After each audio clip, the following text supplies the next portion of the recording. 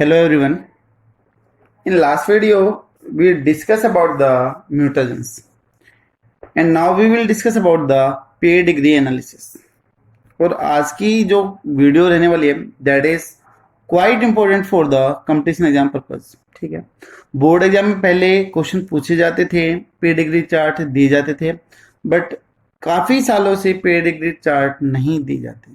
ठीक है, इसके क्वेश्चन नहीं पूछे जाते हैं, बट फिर भी मैं सजेस्ट करूंगा कि इंपॉर्टेंट टॉपिक है कंपटीशन एग्जाम के लिए, चाहे बोर्ड में दे या ना दे, एटलीस्ट हमें टॉपिक अच्छे से आना चाहिए। ठीक है, पेयर डिग्री एनालिसिस चार्ट को करने से पहले मैं आपको बता दूं कि थोड़ा सा टिपिकल है, कंडीशन जो इसकी बनती है अलग अलग, वो हमें सबसे पहले तो क्लियर होनी चाहिए।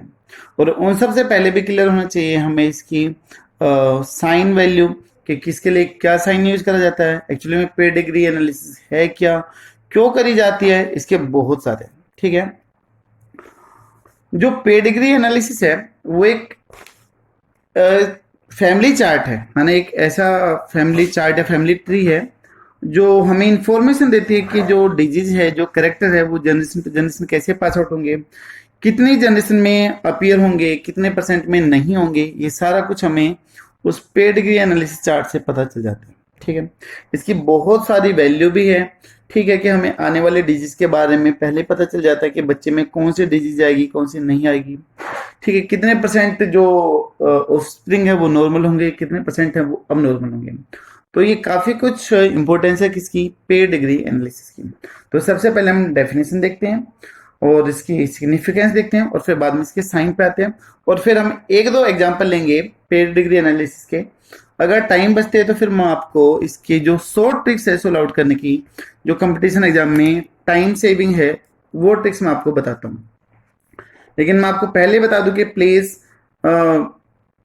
जो शॉर्ट ट्रिक्स है उनके चक्कर में मत रहना। ठीक है, क्योंकि बोला जाता है कि जो ट्रिक्स होती है वो आपके लिफ्ट की तरह होती है, जो कभी भी लाइट जाने पर बंद हो सकती है, बट जो आपका कॉन्सेप्ट क्लियरेंस है, जो डिटेल नॉलेज है, वो आपकी लेडर सीढ़ी की तरह या फिर आपकी स्टेयर्स सीढ़ियों की तरह होती है, जो लाइट जाने के बावजूद भी काम करती रहती है। यानी कि ट्रिक्स जरूर नहीं कि हर कहीं पे काम करे, कभी कभी फेल हो जाती है। तो मेन हमारा फोकस रहना चाहिए कॉन्सेप्ट आने पर। ठीक है, कि कॉन्सेप्ट हमें अच्छे से क्लियर होना चाहिए। तो topic name is the pair degree analysis, और कोई इतनी हार्ड भी नहीं है, अगर एक दो हम करेंगे एग्जांपल तो इजीली आने लग जाएगी। ठीक है, फिर लास्ट में उसके देख लेंगे। तो देखिए पेयर डिग्री एनालिसिस है क्या, it is the family tree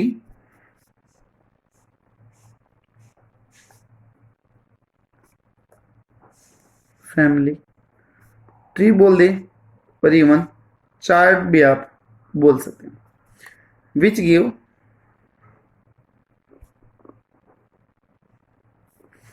information about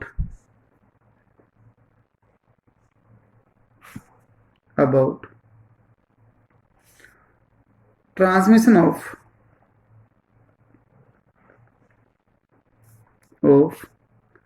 trait या फिर डिजीज, कोई भी बीमारी या करेक्टर, फ्रॉम वन और फ्यू जनरेशन के एक या आने वाले कुछ जनरेशन में जो करेक्टर या फिर जो डिजीज है वो कैसे पास आउट होगी, वो हमें पेयर डिग्री एनालिसिस से पता चल जाता है। ठीक है, जैसे अगर मैं यहाँ पर कुछ एग्जांपल की बात करूं कि कौन कौन से डिजीज हमें पता चल सकती है इसकी सहायता से, जैसे मैं बोल दूं डॉर्फिनिज्म, बोनापन जिसको बोलते हो, हाइट कम रह जाती है वो। एल्बिनिज्म, एल्बिनिज्म आपने कुछ पर्सन देखे होंगे सोसाइटी में जिनके स्किन कम्प्लेक्शन बिल्कुल हमारा तो जैसे ऐसा होता है, हल्का ब्रिटिश होता है, गेहुआ कलर होता है, बट उनकी स्किन बिल्कुल वाइट होने स्टार्ट हो जाती है यूरोपियन पर्सन की तरह। ठीक है, अगर आपको याद हो एक मूवी अक्षय कुमार की आई थी 30 मार खा, तब वो शूटिंग करते हैं तो उनको एक अंग्रेज एक इंग्लिश पर्सन की रिक्वायरमेंट होती है, तो एक स्वीपर होता है जिसको ये डिजीज होती है, तो वो उसको च्युइंगम खिला के फिर वो डब करते हैं। तो उसमें जो पर्सन दिखाया गया है that is suffer from the albinism disease, जिसकी स्किन में मेलानिन बनना अब्सेंट हो जाए, जिसकी स्किन बिल्कुल व्हाइट होने स्टार्ट हो जाए, that suffer from the albinism disease. ठीक है, इसके अलावा कलर ब्लाइंडनेस, जो कलर के बीच में डिफ्रेंशिएट नहीं कर पाते हैं, ठीक है, मेनली ये रेड और ग्रीन कलर के बीच में डिफ्रेंशिएट नहीं कर पाएंगे, और ऐसे पर्सन को मेडिकल अनफिट कर दिया जाता है, उनका जो डीएल है, ड्राइविंग लाइसेंस है, वो नहीं बनता, ठीक है। And the haemophilia,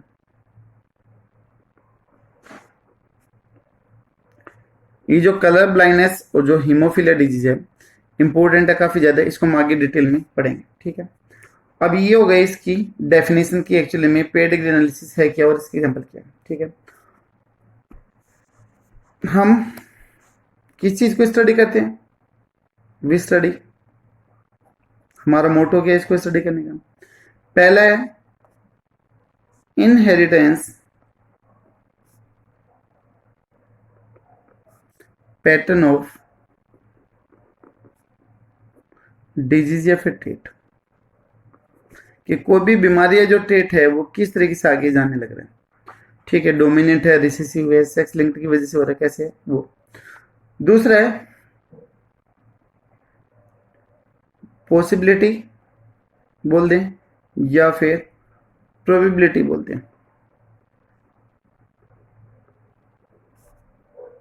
of occurrence of trait, कि आने वाली जनरेशन में उसके आने के कितने परसेंट चांसेस है वो, ठीक है। अच्छा, इसका कुछ सिग्निफिकेंस भी है क्या पेडिग्री एनालिसिस करने का? बिल्कुल इसका सिग्निफिकेंस है, इसका फायदा क्या है?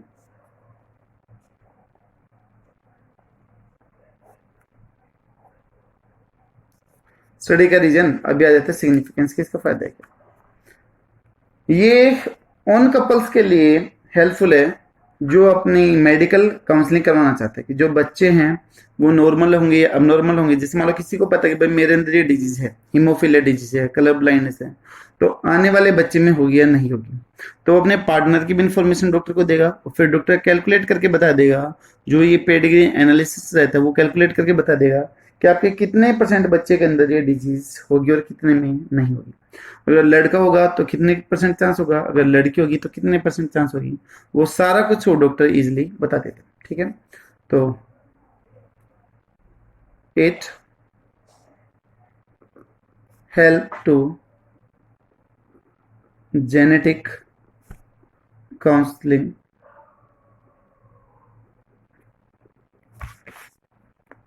to advise those couple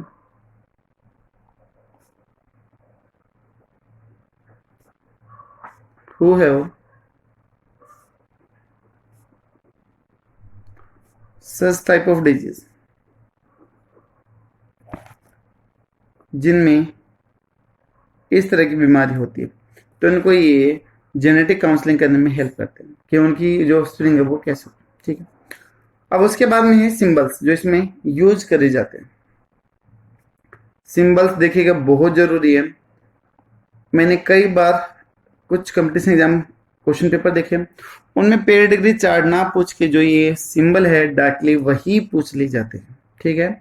chart ना देखे सिंबल पूछ लिए जाते हैं कि सिंबल किस चीज को रिप्रेजेंट करने लग रहा है। तो मैं यहाँ पर सिंबल बना देता हूँ फटाफट, फिर इसको हम डील करेंगे।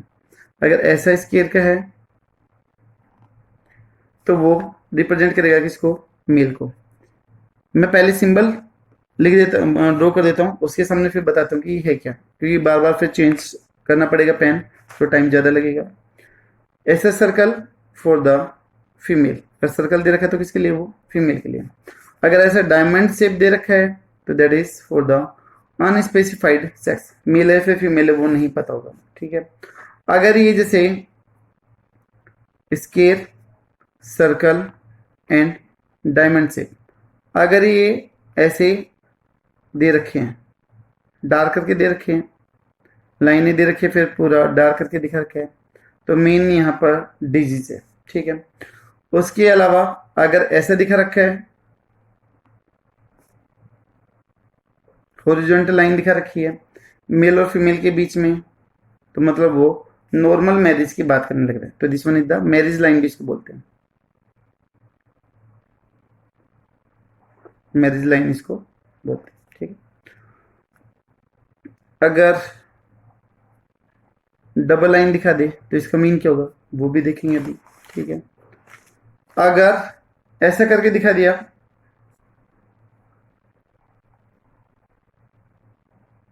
और ऐसी दो लाइनें लगा दी तो ये डिवोर्स को रिप्रेजेंट करता है, ठीक है। अगर इस तरीके से मान लो ब्रैकेट में डाल दिया गया स्केयर को और ब्रैकेट में डाल दिया गया किसको, सर्कल को, तो ये किसको रिप्रेजेंट करेंगे, अडोप्टेशन कंडीशन को करेंगे कि इन बच्चों को अडोप्ट कर रखा है, मेल अडोप्ट कर रखा है या फिर फीमेल अडोप्ट कर रखा है, ठीक है। उसके बाद में यहाँ पर अगर सिंपली ये बना के सर्कल और अगर ऐसी लाइन लगा रखी है और या फिर स्केयर बना के ऐसी लाइन लगा रखी है तो वो डेथ को रिप्रेजेंट करेगा, ठीक है। अगर सर्कल बना के ऐसा डॉट लगा दिया तो ये सेक्सुअल कैरियर कंडीशन को रिप्रेजेंट करेगा। अगर ऐसी कुछ कंडीशन दिखा रखी है, हाफ मान लो ब्लैक दिखा दिया, हाफ कंडीशन ऐसे, तो ये जो ऑटोसोमल रिसेसिव कंडीशन है उसको रिप्रेजेंट करेगा। ऐसे ही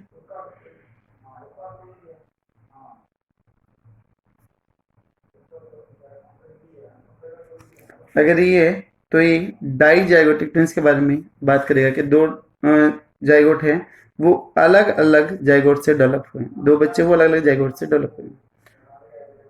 अगर ऐसी कंडीशन दिखा रखी है और बीच में एक ऐसी लाइन दे रखी है तो वो मोनोजाइगोटिक ट्विंस को रिप्रेजेंट करते हैं। ये दोनों सेम सेक्स के होंगे, चाहे वो मेल हो या फिर फीमेल हो, ठीक है, कोई भी कंडीशन हो सकती है, ठीक। तो ये कुछ बेसिक साइन है जो पूछे जाते हैं। और एक बार याद है मेरे को कि एक एग्जाम था उसमें ये साइन पूछा गया था कि ये साइन किसको रिप्रेजेंट करते हैं, ठीक है। तो ऐसे साइन भी पूछ लिए जाते हैं और ऐसा भी दे सकते हैं, ठीक है। तो ये कुछ हो गए साइन। अब इन साइन का क्या मतलब है, क्या लॉजिक है, वो हमें यहाँ पर बताना। जैसे मान लो स्केयर था तो स्केयर का मतलब क्या हुआ, मेल हो गया। सर्कल, सर्कल रिप्रेजेंट करेगा किसको, फीमेल को, तो हमें फीमेल लिखने या फिर बनाने की जरूरत नहीं है, कहीं पर अगर सर्कल ड्रॉ कर दे तो वो फीमेल को रिप्रेजेंट कर देगा। ये जो है diamond shape that is for the unspecified sex को, ठीक है। जो सेक्स है वो कैसा है, अनस्पेसिफाइड है, अनस्पेसिफाइड, ठीक है।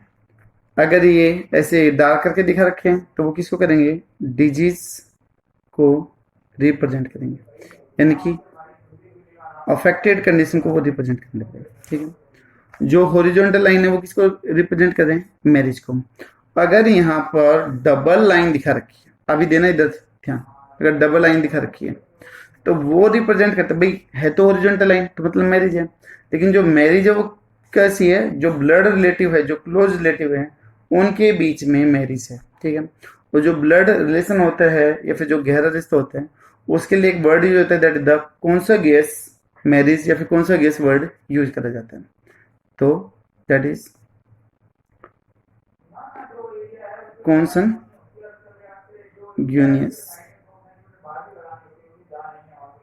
मैरिज, ठीक है। कॉन्संग्यूनियस मैरिज के रिप्रेजेंट करता है। और जो कॉन्संग्यूनियस है that is mean the close relative. देखिए क्लोज रिलेटिव का मतलब क्या है, जिनमें ब्लड रिलेशनशिप हो। देखो जैसे आप इधर देखिएगा हिंदू के अंदर, जैसे चाचा की लड़की है, बुआ की लड़की है, इनसे शादी करना टोटली प्रोहिबिटेड है, बिल्कुल भी अलाउ नहीं करते हैं। बट कुछ रिलीजन है, मैं किसी के ऊपर पिन आउट नहीं कर रहा हूँ, कोई भी टिप्पणी नहीं कर रहा हूँ, मैं सिर्फ बता रहा हूँ कि उनके केस में ऐसी कंडीशन पॉसिबल है। जैसे आप मुस्लिम समुदाय को देखो तो उसमें चाचा की लड़की या फिर जो बुआ की लड़की है, मामा की लड़की है, उनसे शादी हो जाती है, तो वो कौन सा दैट इज द कॉन्संग्यूनियस मैरिज हो गई, जो क्लोज रिलेटिव है, फिर जो ब्लड रिलेशनशिप है उनके बीच में हो जाए, उनके बीच में, ठीक है। और इवन इनका बहुत सारा साइड इफेक्ट होते हैं। इवन अगर आप इधर देखोगे तो अपने हिंदू लोगों में एक चीज आज शायद आपने सुनी भी होगी कि गण मिलाए जाते हैं, है ना। तो अगर गण सेम होते हैं तो नहीं करते, अदरवाइज कर देते हैं। तो उसका भी लॉजिक क्या है, साइंटिफिक रीजन क्या है, वो बाद में बात करेंगे। तो ये जो डबल लाइन है वो जो कौन सा गण मैरिज है जो क्लोज रिलेटिव के बीच में है, उनको रिप्रेजेंट करते हैं। जो डबल लाइन जो दे रखी है और उसको स्लैश की साथ से दिखा रखा है, it show the divorce condition. ये डिवोर्स कंडीशन को रिप्रेजेंट करेगी। ब्रैकेट में जो डाल रखी है बताया था किसको करेगा, अडोप्टेड सन और अडोप्टेड डॉटर है ना। तो ये जो ब्रैकेट है वो अडोप्टेड कंडीशन को रिप्रेजेंट करता है। अगर ऐसे एक स्लैश लगा दी इनके ऊपर तो मतलब वो किसको रिप्रेजेंट करने लग रहा है, डेथ को या फिर डाई, वो मर चुकी है। ठीक है,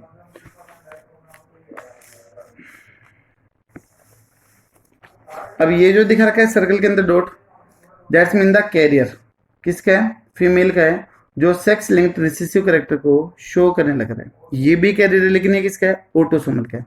तो प्लीज ध्यान रखिएगा कि जो इस सर्कल में दे रखा है दैट इज कैरियर फीमेल,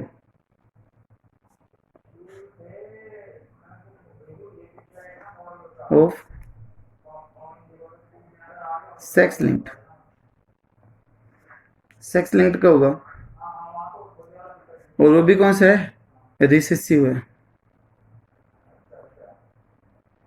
ठीक है, रिसेसिव कैरेक्टर ऑफ डिजीज को रिप्रेजेंट कर रहे हैं।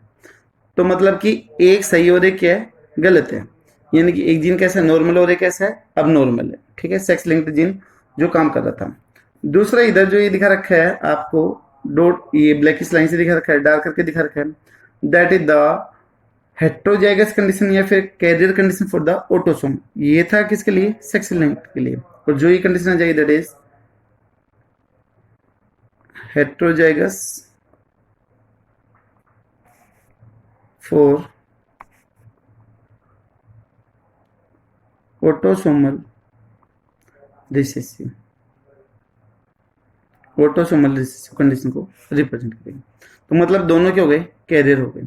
एक में सेक्स लिंक्ड रिसेसिव और एक में क्या है, ऑटोसोमल रिसेसिव।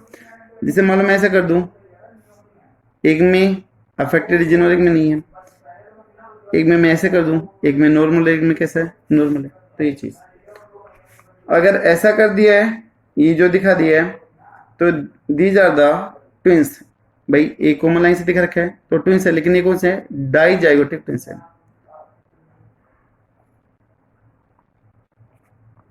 डाइजाइगोटिक ट्विंस दो अलग अलग जाइगोट से बने। इनके केस में जो सेक्स है वो अलग अलग हो सकते हैं, फीमेल मेल भी हो सकते हैं, शकल भी अलग अलग हो सकती है। हमारी सोसाइटी में यही देखने को मिलता है। ये जो है जिसमें बीच में ये लाइन दिखा रखी है, तो ये रिप्रेजेंट करता है that is the monozygotic twins को रिप्रेजेंट करते हैं। तब दो बच्चे बने लेकिन वो एक ही जाइगोट के टूटने से बने, तो उसको मोनोजाइगोटिक ट्विंस बोलते हैं। अभी कुछ दिनों पहले एक मूवी आई थी वरुण धवन की, जुड़वा। ठीक है, जो रीमेक थी किसकी, सलमान खान की मूवी जुड़वा थी। उसमें दोनों की अगर आप देखो तो हाइट, फीचर, आवाज, हर एक चीज लगभग क्या थी, सेम थी। जिनके बीच में थोड़ा बहुत भी डिफरेंस ना हो, उनका हर एक करेक्टर लगभग सेम रहेगा। ठीक है, तो उसको आप मोनोजाइगोटिक ट्विंस बोलते हैं। कई बार बच्चे क्वेश्चन करते हैं पढ़ाते टाइम कि जी अगर मोनोजाइगोटिक ट्विंस है तो उसके बावजूद भी क्या उनकी फिंगरप्रिंट्स अलग हो सकते हैं। तो देखिए नॉर्मल केस में नहीं होते हैं, बट जो फिंगरप्रिंट्स है वो कई चीज़ों के ऊपर डिपेंड करते हैं कि जो फीटस है वो किस साइड से अटैच हो रहे हैं। दूसरा वो फीटस के टाइम में कैसे अपनी फिस्ट को क्लोज करे, ऐसे भी क्लोज करके रह सकता है बच्चा, ऐसे भी कर सकता है, ऐसे भी कर सकता है। तो किस टाइप से उसकी फिस्ट क्लोज हो रही है उसके ऊपर ही उसका ये जो फिंगर के डिजाइन है वो डिपेंड करेगा। ठीक है, तो इवन उस कंडीशन में वेरी कर सकता है, अदरवाइज नहीं तो नहीं करेगा। ठीक है, मोनोजाइगोटिक ट्विंस होगा। इसके केस में सेक्स हमेशा कैसे रहेंगे, सेम रहेंगे, ऑलवेज सेम सेक्स, हमेशा सेम सेक्स के ही होंगे। ठीक है, ये जो साइन है this one represent the abortion और रिप्रेजेंट अबॉर्शन, यानी कि जो बच्चा हुआ है वो अभी पैदा हुआ है लेकिन डेथ के साथ हुआ है। ठीक है, तो इसमें हम कर दें स्टिल बर्थ। स्टिल बर्थ है, ठीक है। इसमें भी कई बार पूछ लेते हैं कि जो सेक्स है वो स्पेसिफाइड है या अनस्पेसिफाइड है। जैसे मान लो मैं बोलो कि बच्चा 3 महीने 4 महीने का बोर्ड हो गया, ठीक है, तो वहां पर सेक्स का डिटर्मिनेशन नहीं हो पाया या फिर से आइडेंटिफाई नहीं हो पाया, तो उसके लिए हम ये साइन यूज कर लेते हैं। ये जो बना रखा है स्टार से प्रश्न में 5 ऐड किया गया है, that represent the 5 unaffected offspring, ठीक है। क्योंकि यहाँ पर नॉर्मल दे रखा है और डार्क नहीं कर रखा है, तो यहाँ पर आ जाएगा 5 अनअफेक्टेड ऑफस्प्रिंग।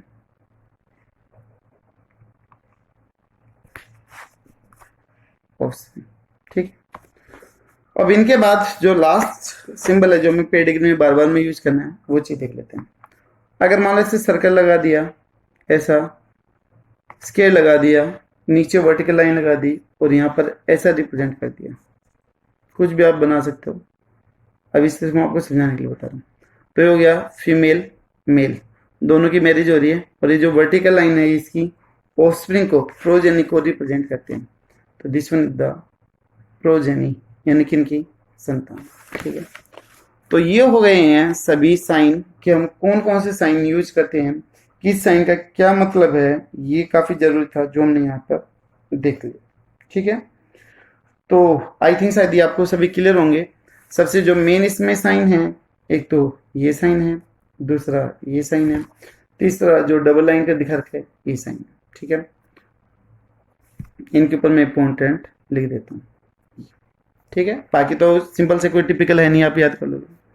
उसके बाद में कुछ एक दो बेसिक टर्म्स हो लेते हैं और उसके बाद में एक एग्जांपल देखिए। पहले कंडीशन देखते हैं कि कौन कौन सी कंडीशन होती है। देखिए, जहां से पेडिग्री स्टार्ट हो, है ना, जहां से पेडिग्री स्टार्ट हो, तो इसके लिए हम टर्म यूज करते हैं, that is the proband. Proband term use करते हैं, mean from where pedigree tree get start, from where pedigree tree get start. जहां से स्टार्ट होगी, जो पेरेंटल कंडीशन दे रखी है वो किसको रिप्रेजेंट कर देगी, प्रोबेंट को रिप्रेजेंट करेगी। तो starting of pedigree is known as the proband, उसको हम प्रोबेंट बोलते हैं। अब प्रोबेंट में दो कंडीशन है कि आने वाली जो स्ट्रिंग है वो मेल है या फिर जो आने वाली जनरेशन वो फीमेल है। तो यहाँ पर हम मेल और फीमेल ना बोल के कुछ दूसरे टर्म यूज करते हैं जो कंपटीशन एग्जाम में पूछे जाते हैं।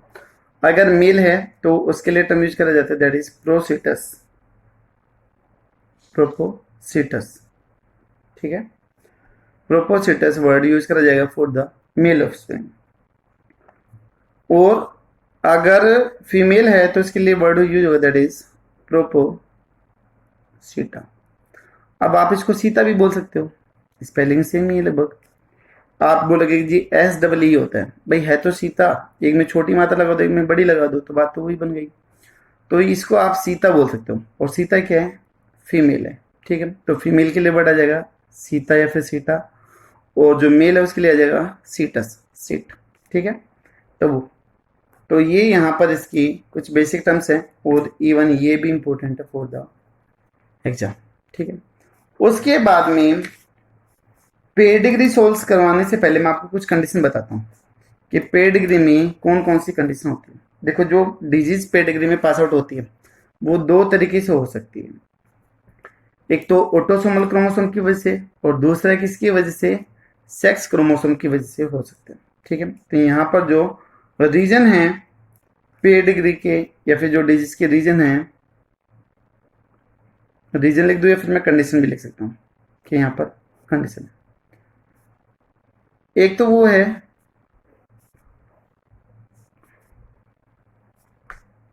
जो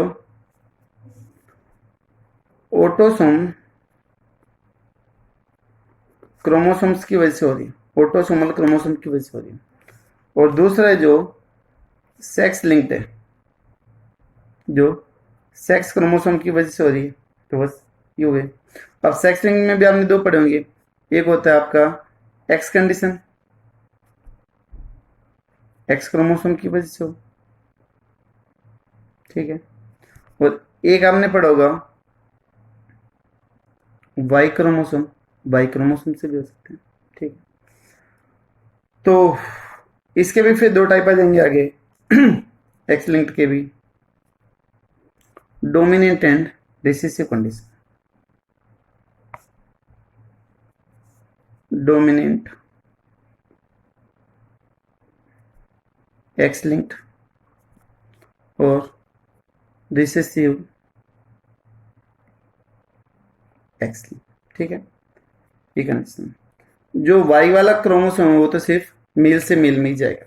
ठीक है, अब देखिए ऑटोसोमल क्रोमोसोम, दो तरह के क्रोमोसोम होते हैं बॉडी में, एक तो होता है सेक्स क्रोमोसोम और एक होता है ऑटोसोमल क्रोमोसोम। अगर सेक्स क्रोमोसोम की वजह से जा रहा है तो सेक्स लिंक्ड इनहेरिटेंस कहला जाएगा, और ऑटोसोम की वजह से हो रहा है तो ऑटोसोमल कंडीशन या फिर डिसऑर्डर कहलाएगा। अब इसमें भी दो कंडीशन है, एक तो है डोमिनेंट कंडीशन और एक है रिसेसिव कंडीशन।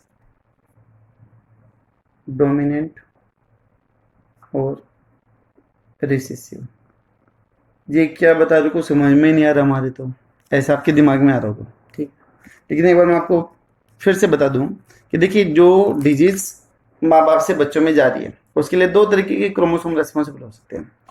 या तो हो सकता है ऑटोसोमल क्रोमोसोम, वो रेस्पॉन्सिबल हो सकता है, जिसमें दो कंडीशन है, डोमिनेंट और रिसेसिव। अगर डोमिनेंट हो गया जीन और बीमारी आ गई तो वो डोमिनेंट डिसऑर्डर या फिर डोमिनेंट लिंक्ड डिजीज कहलाएगी। अगर मान लो जीन होना चाहिए था डोमिनेंट और गलती से हो गया रिसेसिव और डिजीज हो गई तो वो क्या कहलाएगी, ऑटोसोमल रिसेसिव डिसऑर्डर कहलाएंगे। इसी तरीके से सेक्स लिंक्ड में एक्स क्रोमोसोम है, मेल से फीमेल में जा सकते हैं और फीमेल से मेल में भी जा सकते हैं। ठीक है, तो ये दोनों के अंदर एक्सप्रेस हो सकते हैं, लेकिन जो वाई क्रोमोसोम है वो हमेशा मेल से मेल के अंदर ही जाएगा। फीमेल के अंदर कभी भी एक्स क्रोमोसोम वाली जो डिसऑर्डर है वो कभी भी एक्सप्रेस नहीं करेगी, क्योंकि जो फीमेल होती है उनके अंदर वाई क्रोमोसोम कभी भी नहीं होते। ठीक है, अब इनका मतलब है क्या, इनकी कंडीशन है क्या, वो चीज हम वन बाय वन करके एक एक करके समझते हैं। सबसे पहले देखिएगा, मैं एक ही कंडीशन लेके चल रहा हूँ, आपको कंफ्यूज होने की कोई जरूरत नहीं है, एक ही करके लेके चल रहा हूँ। मैं बोल दूं कि ऑटोसोमल पहला डोमिनेंट है तो ऑटोसोमल डोमिनेंट कंडीशन डी लिख दिया। ये अगर वहां पर ये कंडीशन है, दोनों अगर कैपिटल है तो जो फीटस होगा, जो बच्चा होगा वो कैसा होगा, नॉर्मल होगा। अगर ये कंडीशन है तो कौन सा आ गई, कैरियर कंडीशन आ गई, बताया था हेट्रोजाइगस या फिर कैरियर कंडीशन। ठीक है, लेकिन ये भी किसकी तरह ट्रीट करेगा, ट्रीट एज नॉर्मल, ये भी नॉर्मल होगा, कोई भी बीमारी नहीं होगी। ठीक है, उसके केस में अगर ये कंडीशन आ गई स्मॉल है तो यहाँ पर क्या हो जाएगी, डिजीज दिखाई देगी। ठीक है, एक बार रुकिएगा भाई, थोड़ा सा कंफ्यूजन हो रहा है, एक बार मैं बताता हूँ। कंफ्यूजन सिर्फ इतना सा है कि इसमें जो डिजीज जो कंडीशन लिखी गई है वो रिसेसिव वाली है, क्योंकि यहाँ पर स्मॉल की वजह से डिजीज हो रही है और ये रिसेसिव है, this one is the autosomal recessive. ठीक है, बाकी की कंडीशन वही रहेगी। तो ये मान लो कि अपन ने पहले रिसेसिव कर लिया, अगर रिसेसिव है तो डिजीज आ रही है तो मतलब ऑटोसोमल रिसेसिव, जिसमें डोमिनेंट है तो वो कैसे नॉर्मल है। ठीक है, क्लियर हो गया होगा शायद। ये दूसरा टाइप देखिएगा, that is autosomal dominant. Autosomal dominant, autosomal dominant में क्या होगा, जहां पर कैपिटल ए कैपिटल होगा तो 100% डिजीज होगी और उसकी क्या हो जाएगी, डेथ भी हो जाएगी। कैपिटल स्मॉल ए तो यहां पर भी क्या होगी, डिजीज दिखाई देगी। ठीक है, बट अगर वो स्मॉल है तो वो कैसे होगा, इस बार नॉर्मल होगा। तो देखिए डिजीज का बात है तब उसमें क्या है, डोमिनेंट जीन है, तो इसलिए इसको ऑटोसोमल डिसऑर्डर बोला गया। इसी तरीके से हम अब बात कर दें किसकी, एक्स लिंक्ड की बात कर दें। एक्स लिंक्ड डोमिनेंट,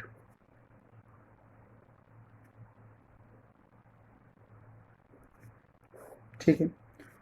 डोमिनेंट वाली कंडीशन में क्या हो जाएगी, अगर मान लो ये दोनों की दोनों एक्स क्रोमोसोम पे डिफेक्टिव जीन है तो भी क्या होगी, डिजीज होगी।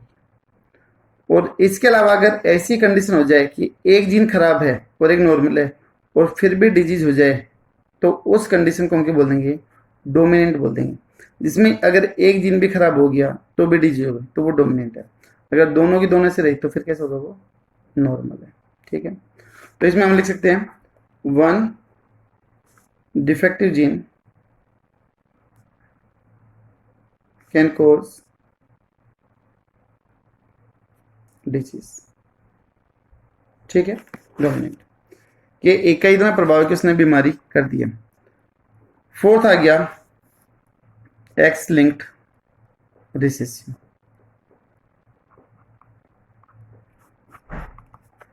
इसमें कंडीशन जस्ट उल्टी हो जाएगी। अगर देखो दोनों की दोनों हैं, दोनों जीन खराब हो गए तो सीधी सी बात है कि क्या होगी, डिजीज होगी, क्योंकि वहां पर नॉर्मल फॉर्म बनेगी नहीं। बट अगर यहाँ पर एक नॉर्मल है और एक अफेक्टेड हो गए, डॉट का मतलब है अफेक्टेड, और जिसके ऊपर कुछ भी नहीं है वो नॉर्मल, तो अगर ये तो एक कंडीशन हो जाएगी क्या, कैरियर, जो नॉर्मल की तरह ही ट्रीट करेगी, बिहेव विद द नॉर्मल। अगर ऐसे हैं तो वो कैसे होगी, नॉर्मल। तो मतलब क्या हुआ कि यहां पर single defective gene don't carry any disease, कोई भी डिजीज कोज नहीं करेगी। तो ये हो गई कंडीशन। आपको पेडिग्री समझने से पहले ये कंडीशन क्लियर होनी चाहिए। ठीक है, आई होप शायद आपको पेडिग्री के सिंबल्स वगैरह, इंपोर्टेंस वगैरह और ये कंडीशन आपको याद होगी, क्लियर भी होगी, समझ भी आई होगी। नेक्स्ट वीडियो में हम इनके एग्जाम्पल लेंगे, एक या दो तीन। ठीक है, जो एनसीईआरटी में वो तो लेंगे लेंगे। इसके अलावा आपको मैं ट्रिक्स भी बताता हूँ कि आप टाइम सेविंग मेथड कैसे यूज कर सकते हो। ठीक है, तो नेक्स्ट वीडियो काफी इंपॉर्टेंट रहने वाला है पेडिग्री को समझने के लिए। Thank you so much.